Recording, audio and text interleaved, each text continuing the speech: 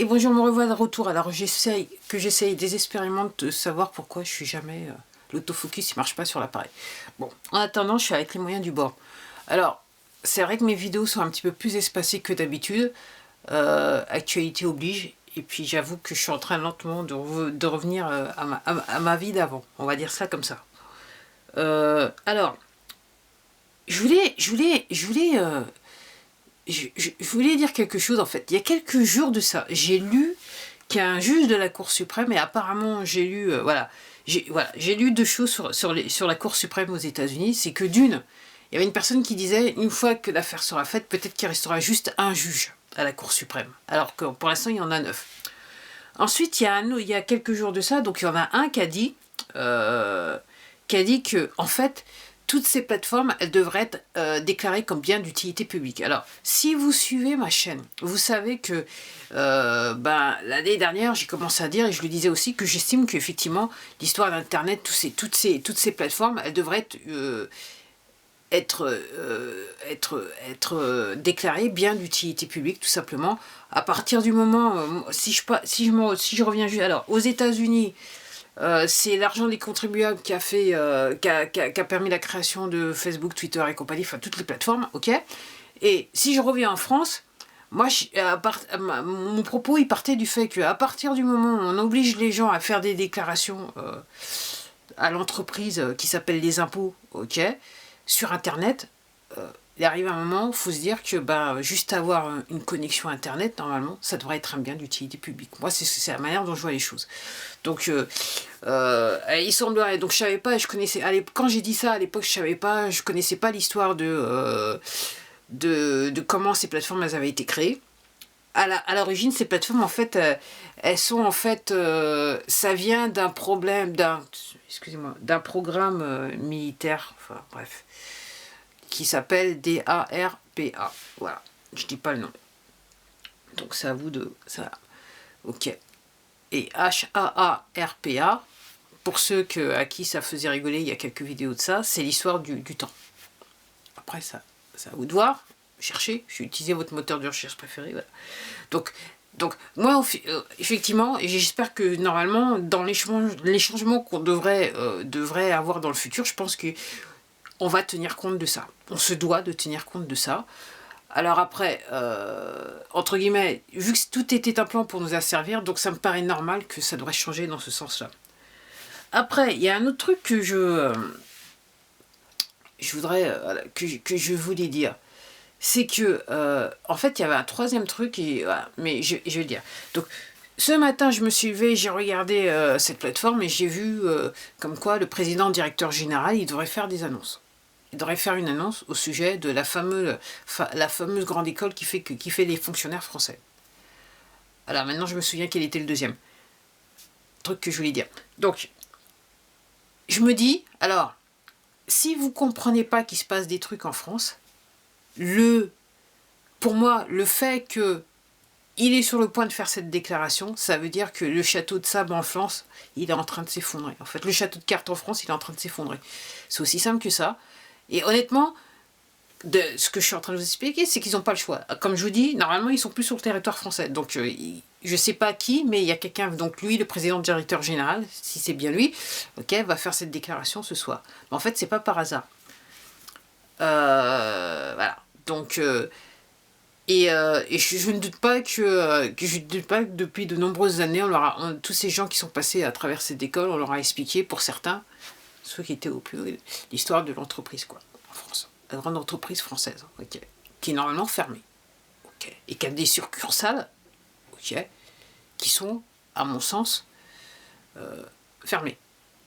Donc qu'elle vous envoie de l'argent, qu'elle vous envoie un courrier pour vous demander de l'argent, déjà, c'est un problème. C'est un problème. Je dis ça, mais je dis rien. Et puis après, pour ceux qui ont du mal à comprendre, donc en gros, je regardais un tweet, voilà, de l'armée américaine, ne serait-ce que hier. En fait, il est revenu ce matin quand je regardais un truc, je me suis dit, ouais, en fait, ouais, il faut regarder les choses, la même chose plusieurs fois pour comprendre réellement ce qui se passe. Mais en fait, pour moi, ça tombait sur le sens, donc je me suis dit, tiens, je vais le dire dans une des vidéos, dans le sens que l'armée française est en manœuvre je crois que c'est l'océan Pacifique. Indo-Pacifique, enfin, c'est avec d'autres armées du monde. Donc quand je vous dis que toutes les armées du monde sont mobilisées pour combattre ce qui le joug qu'on nous a, sur lequel on vit depuis des milliers d'années, ouais.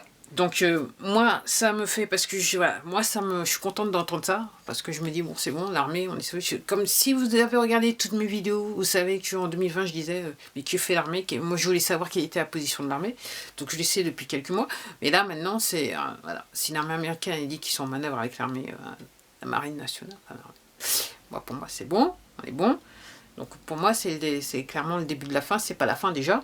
Donc, comme je dis que réellement, alors on attend de voir, moi la déclaration, j'attends de voir si ça sera officialisé comment, mais en gros que la grande école des fonctionnaires disparaisse, c'est le coup de grâce.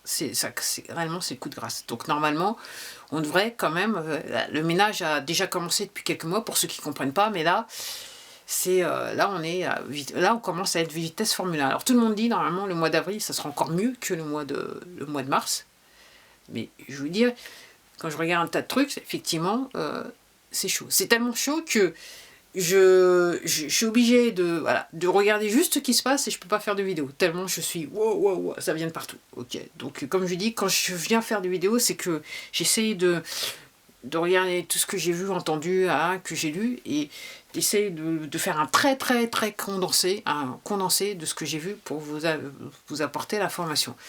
Donc loin de là, tout n'est pas fini. Alors apparemment, je crois que d'après ce que je comprends, c'est confinement jusqu'au 26. Ok. Ouais. Ouais, on va voir. Je sais pas. Je sais pas ce qui se passe. Enfin, si je sais ce qui se passe, mais bon, je comprends ce qui se passe, mais je comprends qu'il y a pas mal de gens qui comprennent pas ce qui se passe. Et ça va être une de ces baves dans la gueule, mais je vous raconte même pas. Quand on va vous réveiller, certains, on va les réveiller, mais on va les réveiller fort. Là, comme je vous dis toujours, gardez vos yeux sur ce qui se passe en Égypte, parce que il se passe des trucs en Égypte qui sont très importants, des trucs très importants. Et en gros, ce qui se passe aux États-Unis avec le bidon. Donc, si vous n'avez pas compris que c'était pas le bidon,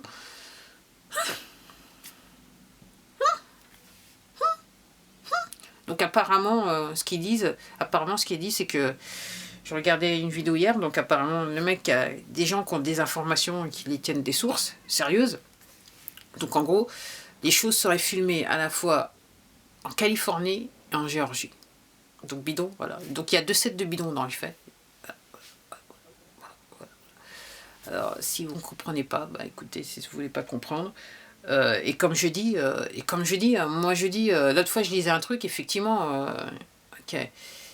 Si vous faites arrêter, si vous avez une contravention, effectivement, vous gardez le papier. Et puis, effectivement, après, une fois que tout sera fait, une fois que la messe sera dite, vous êtes en droit de porter plainte. Il y a des gens qui vont, voilà, moi ce que je suis en train de dire, il y a des gens qui vont aller en prison, ils vont pas comprendre pourquoi. Tout simplement. Parce que, tout simplement, on va les classer comme collaborateurs ou criminels, carrément. Parce que là, on est réellement dans une entreprise criminelle avec intention de nuire. Okay. Donc, tous ceux qui ont participé, comme je vous dis, normalement, alors, je comprends qu'il y a énormément de gens qui, soudainement, ils meurent de maladies, qui sont touchés de la chose. Hein. Ok, ils ne sont pas encore morts de la chose, mais donc théoriquement, quand ils disent qu'ils ont la chose, c'est qu'ils sont en train de chanter. Ils chantent. Tellement l'affaire elle est chaude et on les a. Voilà. Donc voilà voilà moi comment je vois les choses. Alors j'attends patiemment parce que je sens que ça va tomber. Alors je sais pas quand.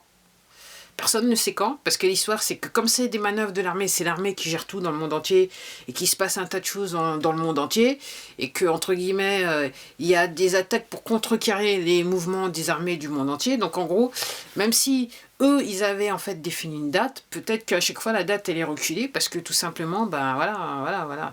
Entre guillemets, je regarde juste une vidéo très intéressante, d'un monsieur qui disait, de toute façon, c'est sûr, on a coupé la tête, mais il y a le corps, c'est-à-dire la structure de l'entreprise criminelle qui existe encore partout dans le monde. Donc en gros, même si la tête a été coupée, la structure est toujours là, et donc en gros, il faut entre guillemets, arrêter cette structure qu'elle marche, puisque les gens, ça fait des années-lumière, des milliers d'années qui sont dans cette structure, qu'ils ont évolué dans la structure a évolué dans là. ça fait des milliers d'années que la structure existe et les gens, de génération après génération, ont évolué dans cette structure. Donc en gros, comme je vous disais il y a quelques vidéos de ça, en fait, là maintenant, on essaye de couper les pattes, on arrête tous les chifaillons, quoi. Entre guillemets, voilà ce qui se passe. Bon, bah voilà, c'était tout pour moi. Donc ce soir, notre président directeur général, il va encore nous parler, nous dire des choses. Encore une fois, regardez le décor. Hein. Apparemment, il faut regarder les oreilles et le cou aussi. Puis peut-être les dents aussi, c'est jamais... Les dents aussi, c'est quand même quelque chose, ça peut être intéressant. Voilà. Alors c'est curieux, à un moment on voit un, puis après on voit pas l'autre, alors maintenant on voit plus le Premier ministre, patati, puis après on voit l'autre, puis on voit pas l'autre. Et pendant ce temps-là, bah, y en a qui déjeunent dans des dîners clandestins. La France sur l'occupation. Je vous promets, c'est comme la France à l'occupation. Et quand j'ai terminé mon bouquin, en fait, j'ai appris dans ce bouquin-là que moi, je pensais pas, je savais pas, moi, je pensais que la télé elle était venue bien plus tard, mais non, apparemment, pendant la Seconde Guerre mondiale, il y avait des postes TSF à Paris. Apparemment, ils étaient au nombre de 500, et le nombre a augmenté, parce qu'en fait, c'est les Allemands qui les ont fait venir, et qui mettaient ça dans les hôpitaux pour les soldats allemands qui étaient blessés. Donc, et en gros, ils diffusaient longtemps, quoi, du genre de 10h à je sais plus quelle heure, tard le soir. Et en fait, voilà, et quelquefois c'était même des programmes qui étaient recyclés, parce qu'apparemment c'était que les programmes étaient destinés aux officiers, aux soldats allemands qui étaient blessés dans les hôpitaux. Donc moi je savais pas ça. Ok, voilà. Puis apparemment Cognac G a commencé, la licence de Cognac G était là déjà. Puis aussi ils expliquaient à la radio ce qui se passait avec les radios et patati et patata. Et franchement, quelque part, j'avais l'impression de me retrouver, en lisant tout ça, quelquefois j'avais l'impression de me retrouver dans la situation où on est là maintenant. Alors pourquoi je dis ça? C'est que c'est vrai que je gratte, j'essaye de trouver de l'information que personne ne veut, que des gens comme moi, enfin, n'aient. Donc, voilà. Donc en termes de chercher ça, j'ai l'impression de me retrouver un peu sous l'occupation.